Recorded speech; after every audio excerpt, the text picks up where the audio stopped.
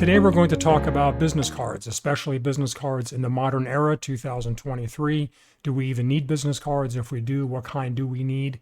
And as someone who's been in this industry, the financial services industry, for 33 years now, and maybe more importantly, trained hundreds of advisors as a securities principal and seeing many different variations and different ideas about business cards, here's what I think is important in, again, this modern era. So I do believe that unless your company requires it or your industry requires it, and me being in the financial services business and having been with 4 different firms over my career, it's interesting that 3 of the previous firms all required cards.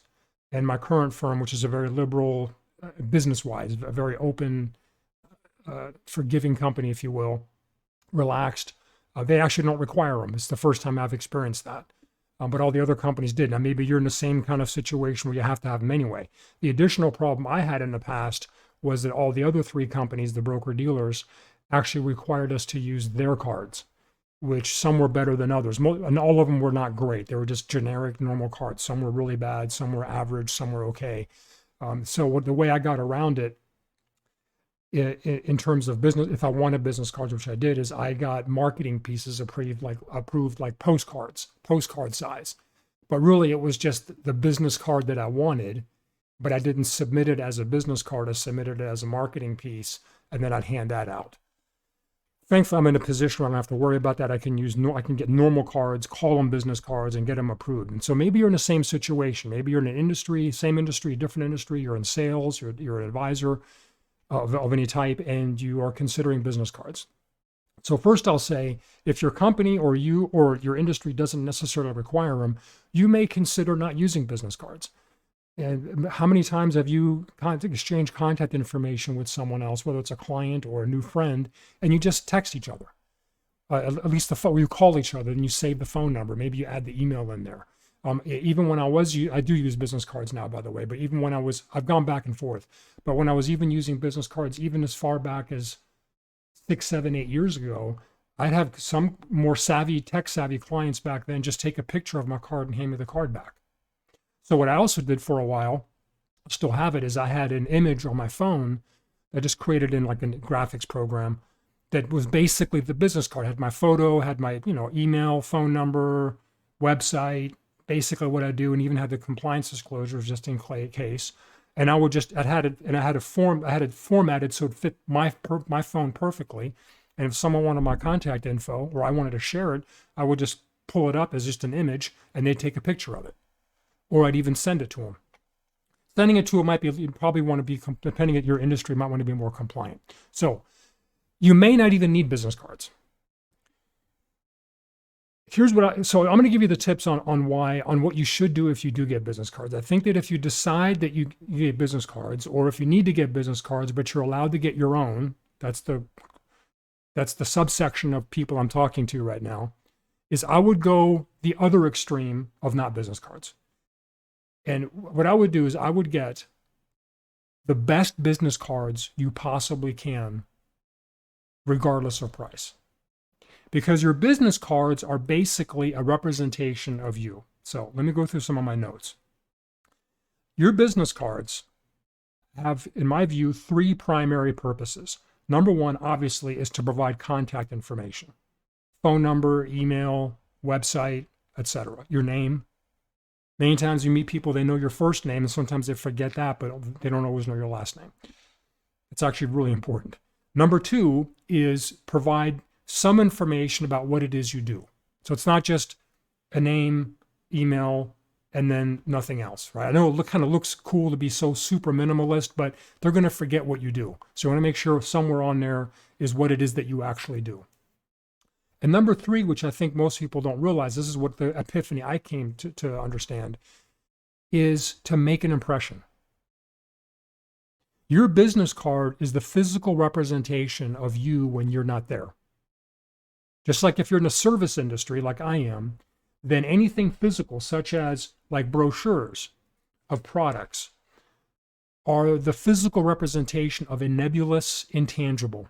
There's a great book called Selling the Invisible by Harry Beckwith that I recommend you read if you sell intangible services. Well, we're not intangible, But when we're not with the person in front of them or on the phone, then we are intangible. We're just this person we met. So the business card becomes a very powerful representation. You want to stand out from everyone else that has in the same industry that's vying for your same clients. And one way to do that, it's a small way, but one way to do that is the business cards you use. And the quality is the key here. So here are the tips. First of all, I don't believe, for most cases, to get crazy, weird, strange, esoteric cards, especially if you're in a more professional, service-oriented business. I wouldn't get metal cards or like rice paper or, fold origami. Okay, so from a size standpoint, get traditional, normal business cards that fit in someone's wallet, or they fit with their other business cards in a stack. There's all kinds of square and round, and it's cute, but at the end of the day, it just becomes too weird, and you just want to get rid of it. Okay, unless you're an artist or creative, I'm not talking to that group. I mean, you may take some suggestions from this, but I'm talking about more generally speaking, the professional type industry. I also wouldn't bother with all the NFC, like chip cards, or even having a QR code, or there used to be like little USB chip, and it's just too much. Okay, I'm a big techie, but that's just too much. Just make a normal business card, but you make it super high quality. So what you do, number one, having said everything I already said, is get the best quality paper and the thickest paper you can, again, without being like crazy. I'm talking about this thick. So as an example, let me give you my example here. So now I'll talk more about my card. This is my card. I'll talk about all kind of why I did it, but I don't know if you can really see on the video, but that's pretty thick. That's probably, I would guess, about 50% thicker than a regular card. Okay, and you can say it's almost cardboardish like, but it's very high quality paper. Okay, that's what I would say, the highest quality you possibly can. And you can do nice little things like the corners are rounded, they're not square, but maybe you like square. So I think there's some things that you can do to make it a little bit snazzier. For example, this one also, I don't know if you can really tell. Let me grab a stack here, but the sides are colored, and you can pick. I'll get into who I use, and it's not a promotional video for them, but I'll talk about that. But so I'm just trying to give you some ideas. So there's some things you can do. One of them is like using this card deck that they have is, you see those colors on the side, right? And the colors on the side actually match the color of my name. Otherwise, everything's the same though. It doesn't get too crazy, right? So super high quality, thick. And then you want to make sure, this is an important one, is that the side where your information is, where probably you'll have some white space depending on how you design it. You don't want it too thick. You want to keep it simple. You want to be able to write on that. It's one of the biggest lessons I learned, because I've done the metal cards and the like high-tech plastic and rice card, which is the opposite. They're really thin. They're see-through, like transparent. They actually look really cool, and they had raised lettering, but I couldn't write on them, no matter what pen I used, unless I used the big old Sharpie, and even that. So and I found it so useful to be able to grab your card and make a little note. You're not going to do it like a napkin presentation on it probably, but you can write a little, right? I met an Uber driver, as of this video was about a month ago. And long story short, we started talking about a SEP IRA because he's self-employed and doesn't know about that. So grabbed my card and just wrote SEP IRA on there and handed him the card because I can write on it. I think that's very, very important, regardless of industry, what industry you're in, to be able to write on there something. Maybe you want to give them a different website. Maybe even talking to someone about something different. Maybe it's a movie that you saw and you just want to, sure, they can just look it up and put it on their phone, but maybe you just grab your business card out and you write it on there so that you have an excuse to give them your card. Okay, so I think that's a big one, is to be able to write on there. Next, unless for some weird reason your company doesn't allow it, put your photo on the card. It's one of the great lessons we can learn from real estate. They've been doing that for decades on their brochures, on their websites, of course, but on marketing pieces and their business cards, they have their photo.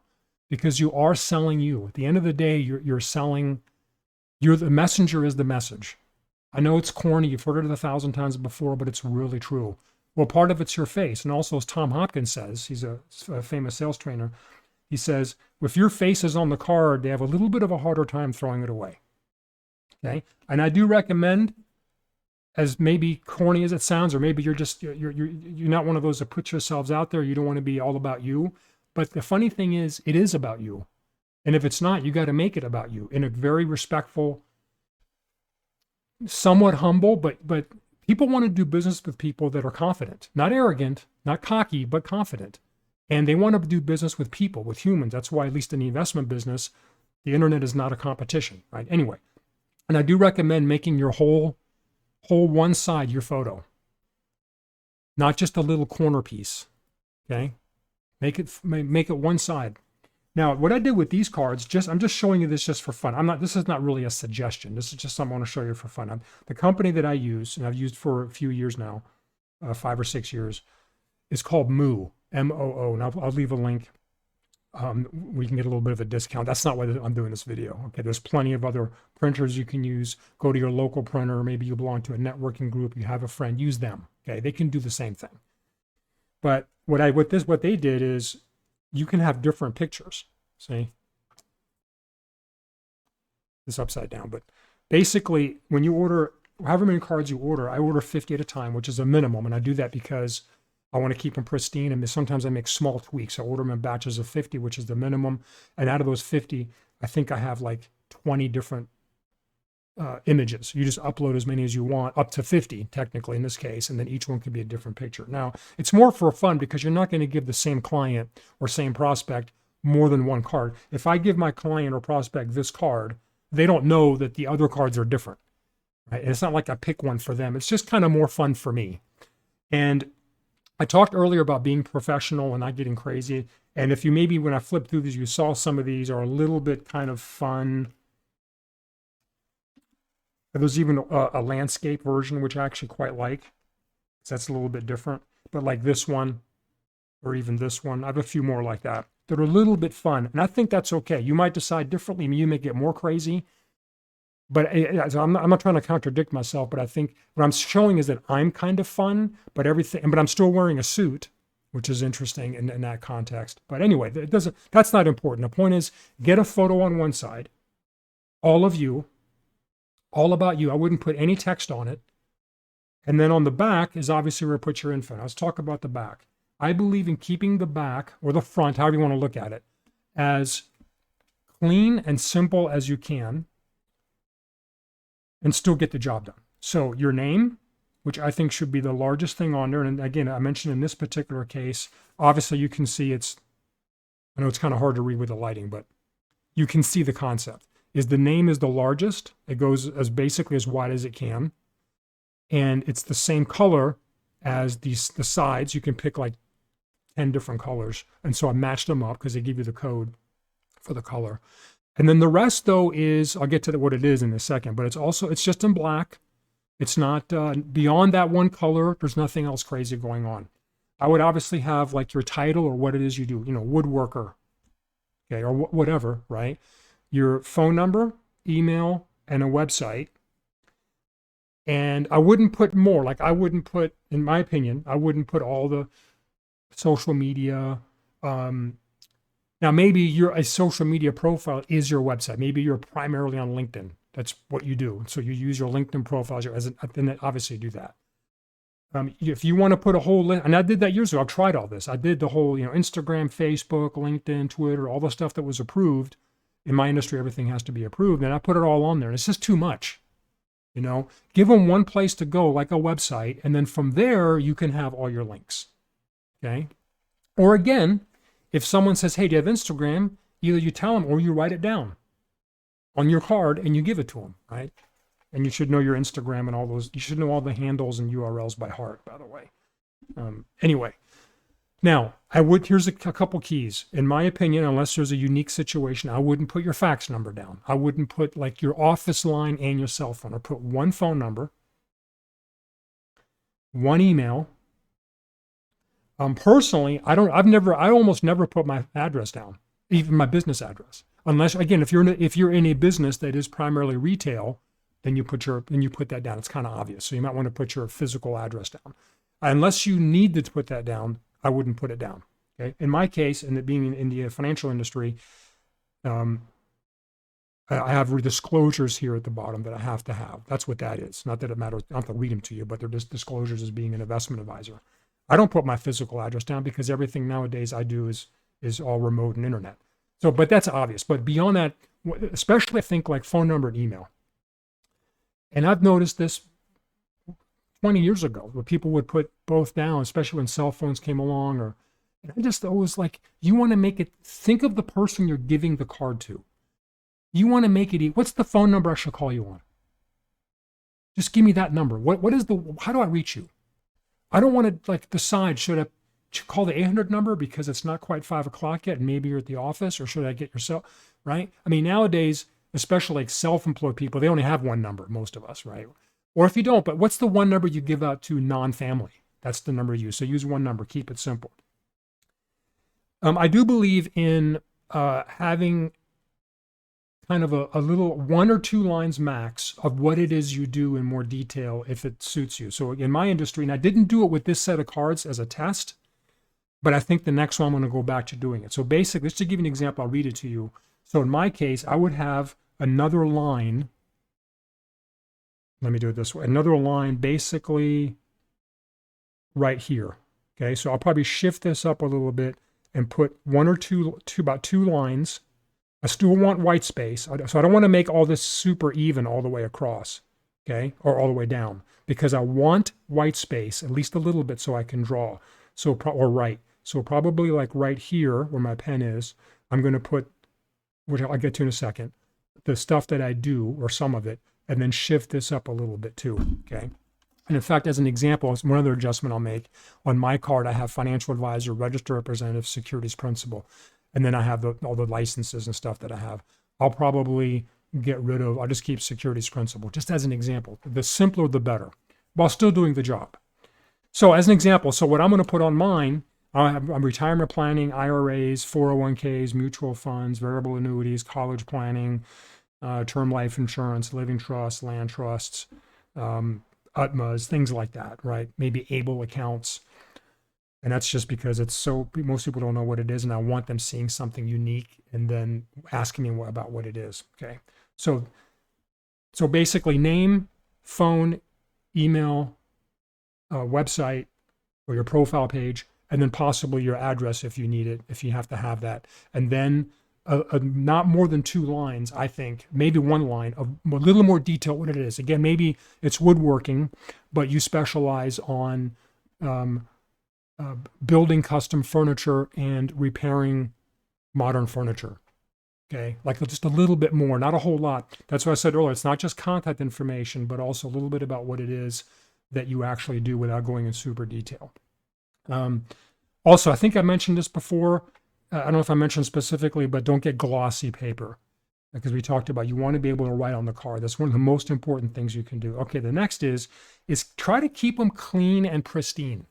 Okay, your cards, as I've said, are a representation of you when you're not there, especially if you have your photo on it, right?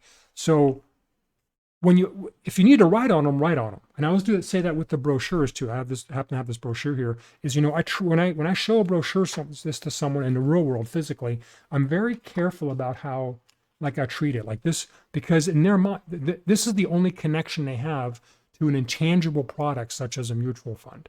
Okay. Now, having said that, if I want to go through here, I already know where most of the white blank space is in this, because I use a lot of drawings in the modern era.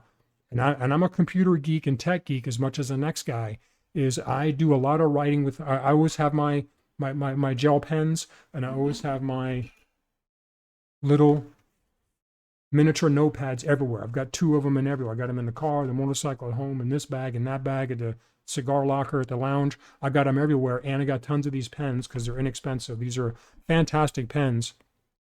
Is a Sharpie S gel. And I used to have Mont Blancs, and I've lost them, and I finally said, I'm done with that. These white beautifully, and they're easily replaceable. And the point is, they're right on here. So anyway, my point was that treat them pristinely. So treat your brochures and whatnot, because that's your product. However you care about it demonstrates how they should think about it and care about it. Same with the cards. Now, that doesn't mean or precludes me from then writing on it and scribbling on it like crazy. But when I'm holding it and treating it, I mean, I'm not saying be dainty about it, but at the same time, treat them well. So one thing you want to do is get little business card holders. And you can get, but I've got some that I think they're even nicer than this, right? They're just, and they're cheap. They're like $7-8 on Amazon. In fact, I'll put the link in the video on the ones that I use. And I've got, actually the ones I use fold this way, which is kind of a little bit unique, but they're like $7. Okay. So keep your cards in there. Again, if you're using these thick cards, you only be able to carry anywhere from 4 to 8 of them in there at a time, but that's okay. Okay. And then another thing is put these cards everywhere. Okay. If you order 50 of them, the way I do it, which again, the minimum order with the company I'm using, it'll still take me a long time. So I put 5 of them in this bag, 5 in this bag, all in the holders. I should say, put them in the holders, and I put them in suitcases. You know, that's basically my tag, my little identification tag. So, but again, treat them really, really respectfully, like you're handing someone a $100 bill. Okay. And let's see, I think that's basically it. The company that I use is called Moo. It's MOO. Is it? Let me look a little right here. Is it .com? It's .com. Yeah. And in the description, I'll put in my link to the business card holders and my discount code, or what, I don't know if it's a discount code, but whatever it is, and what I use. These are called Luxe cards, Luxe. Oh, just to give you a taste. It's not about the company I use. You can do the same thing with probably any other company out there, get similar concepts, similar ideas. But just to give you a flavor, it's basically with tax tip shipping out the door, it's $65 for 50 cards. So they're over $1 a piece. It's the best $65 you can spend for marketing. It stands out. I can't tell you how many people, and I've gone through different variations with Moo, different paper. I had a previous iteration of this was one that the paper was really great quality, but not this quality. It wasn't this thick. It was the same thickness as a regular card. But on the photo side, it had little raised like foil bumps, which was kind of cool. I like that. But it wasn't as easy to write on, and the paper wasn't as thick, and it didn't have that little color sheen. So I decided, plus what I do like is if I really need to, I can write on mine too, on this side, because it's not glossy. It doesn't have that foil on it. I can, put a mustache on there if I want. So I like that idea. But that's $65, that $1 a card. It's the best you can spend. Doing your cards the right way is one of the easiest and simplest and frankly low-hanging fruit type of ways to differentiate yourself from other competitors. It's not going to make you win. It's not going to make you earn the business. It's not that big of a deal. But if you're going to go with a business card, a physical business card anyway, in 2023, when it's kind of almost borderline going out of fashion, if you're going to get them anyway, then go the full on and get the best you possibly can and make an impression with your clients, because that's the major reason. It's not just contact info. Like now that I'm back to really using cards, I actually prefer to give the card to someone than just give them my phone and text, the whole back and forth with the text. And I tell you what, we can text, but let me give you my card, because it's got my website on there, it's got my email, everything on there. That's how I say it if they don't want to take it. I want them to take it. I want them to see it. I want them to remember it. I want this sitting on the table. Maybe the husband comes home, the wife comes home and goes, "Hey, who's that? What's this?" They look at it. That's pretty cool. Oh, and as one more final note, I talked about some of these goofy images. That's actually the one thing that I've gotten the most feedback on. Many times people say, "Well, that's a cool card." But when it's the goofy picture, "Oh, that's funny. I like that." And then sometimes they'll even say, "Oh, wow," especially as a financial advisor. So I've either gotten no response or the responses have been good, being a little bit off kilter. That's it.